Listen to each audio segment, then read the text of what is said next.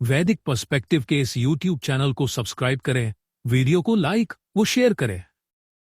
ओम एतेना नाग्ने ब्रह्मणा वावृधस्व शक्ति वा यत्ते चक्रमा विदा वा उत प्रणेस्यभि वस्यो अस्मांसम नः सृज सुमत्या वाजवत्या।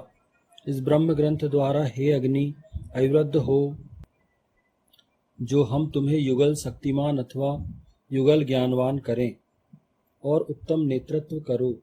हमें हमारे लिए अभीष्ट धन से भली भांति सृजित करो, धर्म युद्धों, अन्नों और बलों वाली उत्तम बुद्धि द्वारा। ये ऋग्वेद के प्रथम मंडल के 31वें सूक्त का 18वां मंत्र लिया जा रहा है। सबसे पहले रहने के लिए मकान दे दो, जल की व्यवस्था हो उसकी, और उसकी आय की कोई व्यवस्था हो। उसको इतना आय तो निश्चित हो कि वो अपने परिवार का पालन पोषण करे। आज आप देखो, आज हम अपने आसपास देखते हैं, हमारे यहाँ सरकारें कितना काम करती हैं, लोगों को रहने को मकान मिल रहा है, पानी की सुविधाएं दे रही हैं, प्लस अनाज उनको वितरित किया जा रहा है। अनाज भी जो दैनिक जीवन में लगता है, जो गरीबी में व्यक्ति जीते हैं, जिनके पास अभाव, तो उनको निश्चित मात्रा में अनाज भी देती है। हर महीने उनको अनाज मिलता है, पेंशन वगैरह मिलती है, जो भी उस कैटेगरी में आता है।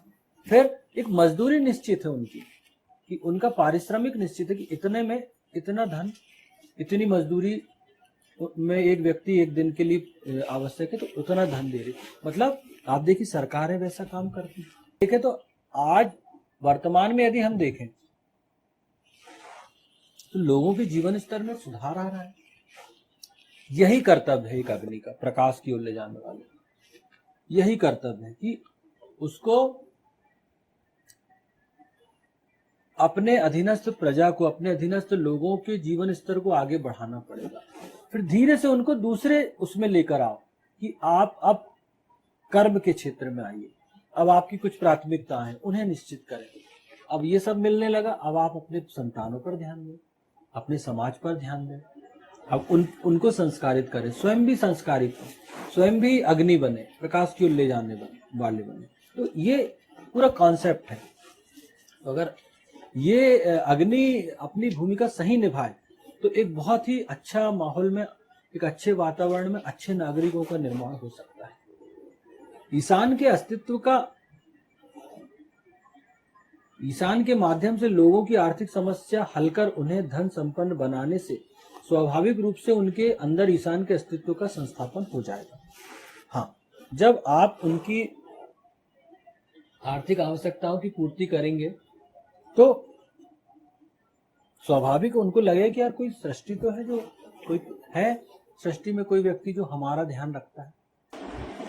तो अब एक श्रेष्ठ नागरिक का क्या कर्तव्य है जिससे शत्रुओं का पराजय हो सके? तो सबसे बड़ा कर्तव्य तो ये है कि यदि आपके देश में युद्ध चल रहा है, तो बाहरी व्यक्ति ने आक्रमण किया अथवा बाहरी देश से आपका युद्ध चल रहा है, तो उस समय आपको अपने प्रशासन के प्रति, अपने देश के प्रति आपको अपना देश प्रेम दिखाना है। दूसरा, आपको उस समय अपने देश के साथ खड़े रहना, क्योंकि वो युद्ध नहीं है, वो सामने वाले ने आप पर, सामने वाला अगर युद्ध करा तो वो आपका धर्म युद्ध हो गया। वो धर्म युद्ध मतलब सत्य का युद्ध हो गया। तो आपको वहां पर अपने देश का साथ देना पड़ेगा, आपको अपने राजा का साथ देना पड़ेगा, ताकि शत्रुओं को पराजित किया जा सके। तो वहां पर आपको फिर मनोबल स्वयं का तो ऊंचा रखना ही पड़ेगा, अपने राजा को भी, अपने जो प्रशासक है उनको भी, अपने देश के जो नेतृत्व हो उसको भी ये विश्वास दिलाना पड़ेगा कि हम आपके साथ हैं। आपको अपने भावनाओं से, आज तो सोशल मीडिया का युग है, आपको हमेशा ये बताना पड़ेगा कि आप बिल्कुल लड़िए, हम आपके साथ हैं। और उस बीच आर्थिक रूप से अगर कोई समस्या आती है, क्योंकि जब युद्ध वगैरह चलते हैं तो देश में आर्थिक स्थिति में समस्या आती है, आर्थिक स्थिति थोड़ी डाउन होती है, तो उस समय अगर कोई समस्या आ रही है तो बिल्कुल डरने का नहीं। उस समय उन सबको बुद्धिपूर्वक हल करिए। आप, वो आपका दायित्व है कि आप संसाधनों का लिमिट में प्रयोग करें, अनुचित प्रयोग ना करें, और अपने नेतृत्व को ये दर्शाएं कि हाँ, हम आपके साथ हैं। तो ये बहुत बड़ी बात यहाँ जो बोला गया, अन्नों का उत्पादन भी उत्तम बुद्धिमत्ता पूर्वक होना चाहिए तथा अन्नों की उपलब्धता भी प्रत्येक व्यक्ति तक होनी चाहिए। हाँ, अन्न का जो उत्पादन वो भी उत्तम बुद्धिमत्ता पूर्वक होना चाहिए। आप अन्न का उत्पादन करते तो वो भी आप बुद्धि के प्रयोग से करें कि भैया ये नहीं कि हम ऐसा अनावश्यक भूमि की उर्वरा शक्ति को नष्ट करें और अनावश्यक खाद बीजों का प्रयोग कर रहे हैं, खाद का प्रयोग कर रहे हैं, केमिकल्स का प्रयोग कर रहे हैं जिसमें उसकी उर्वरा शक्ति नष्ट हो रही है भूमि की। नहीं, आपको वहां भी उत्तम बुद्धि पूर्वक करना चाहिए। जैसे आप, अब जैविक खेती आ गई, प्राकृतिक खेती आ गई, उनका सहारा लीजिए ताकि आप भूमि की उर्वरा को हमेशा के लिए बनाए रख सकें। और जो अन्न की उपलब्धता है वो प्रत्येक व्यक्ति तक होना चाहिए, काला बाजारी नहीं होना चाहिए। अन्न अगर उत्पादन हो रहा है तो फिर अधिक उत्पादन हो रहा है तो वो सस्ता होना चाहिए कि लोगों को आसानी से खाने को मिले, लोग आसानी से उसका क्रय कर सके। तो ये भी प्रशासक का दायित्व है और आम आदमी का भी दायित्व है। जैसे एक छोटा सा उदाहरण कि पता चला खरीदी होती है, शासन खरीदी करता है अनाज की, तो क्या होता है, लोग अनाज बेचते हैं, अनाज पता चला मंडियों में रखा है, खुला रखा है, एक पानी गिरा, पूरा अनाज सड़ गया, पूरा अनाज बर्बाद हो गया। क्यों? ऐसा क्यों? वहीं कोई प्राइवेट व्यक्ति या कोई व्यक्तिगत जो व्यक्ति है, व्यापारी, वो खुद स्वयं अनाज खरीद रहा है तो वो पूरी व्यवस्था से करेगा। उसका एक बोरा अनाज या एक किलो अनाज उसका खराब नहीं हो सकता, क्योंकि वो सारे चीजों को ध्यान रख के करता है, अगला पिछला सब सोच के वो प्रयोग करता है, सारी व्यवस्थाएं करेगा। तो आप देखोगे कभी भी जो व्यापारी होते हैं उनको जो सेल्फ अपना करते हैं, स्वरोजगार करते हैं, उन व्यापारियों को कभी प्रॉब्लम नहीं होती।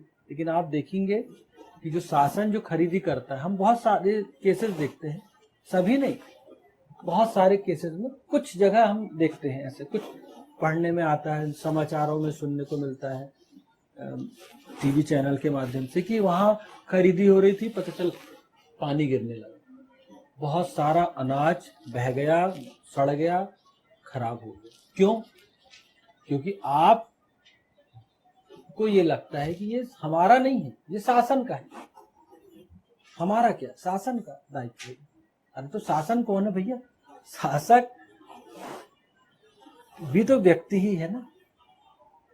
तो उसकी एक जो व्यवस्था है प्रशासकों की, एक जो कर्मचारी की व्यवस्था, तो जहां वो लोग जो खरीदी कर रहे हैं, जो लोग उसका संधारण कर रहे हैं, तो वहां तो वही प्रशासक हुए ना। तो ये किसकी जवाबदारी है? तो ये उनकी जवाबदारी है। तो ये भावना क्यों नहीं आ पाती? तो यही कि वो अनाज जो है वो आम लोगों तक पहुंच सके, उसकी उपलब्धता प्रत्येक व्यक्ति तक, अनावश्यक रूप से अन्न का नष्टीकरण नहीं होना चाहिए। क्योंकि जब आप ये करेंगे कि नहीं, ये मेरा अन्न है, मेरा मैं जवाबदार हूं, तो आप उसका संधारण करेंगे। फिर आप देखिए, आपका 1 किलो का भी अनाज है, एक दाना अनाज का बर्बाद नहीं हो सकता, क्योंकि आप वो सारी व्यवस्थाएं पहले से करके रखेंगे। इस प्रकार भी लोग ईशान के अस्तित्व का एहसास करें। तो यहाँ हम अपनी भूमिकाओं को निभाएं, हम अपने घरों में निभाएं इस भूमिका को, कि हम उतना ही भोजन करें, उतना ही भोजन बनाएं जितनी आवश्यकता है। लोग क्या करते हैं, अनावश्यक भोजन बना लेते, फिर दूसरे दिन पूरा पता चला चावल फेंक रहा है, सब्जी फेंक रहे हैं, रोटियां फेंक रही हैं, दाल फेंक रही हैं। क्यों? ऐसा क्यों? आप एक निश्चित आपको पता होता है घर में कि आप कितने लोग हैं और कितने लोगों के लिए कितना भोजन बनना, तो आप उसी मात्रा में बनाइए ना भोजन, कि आपका भोजन नष्ट ना हो। क्यों? क्योंकि जो बचेगा वो कल आप खाएंगे, तो वो जो अनाज आप खरीद रहे हैं उसमें कमी आएगी ना, तो कोई और उसका उपयोग करेगा। तो ये बहुत छोटी छोटी व्यवस्था है।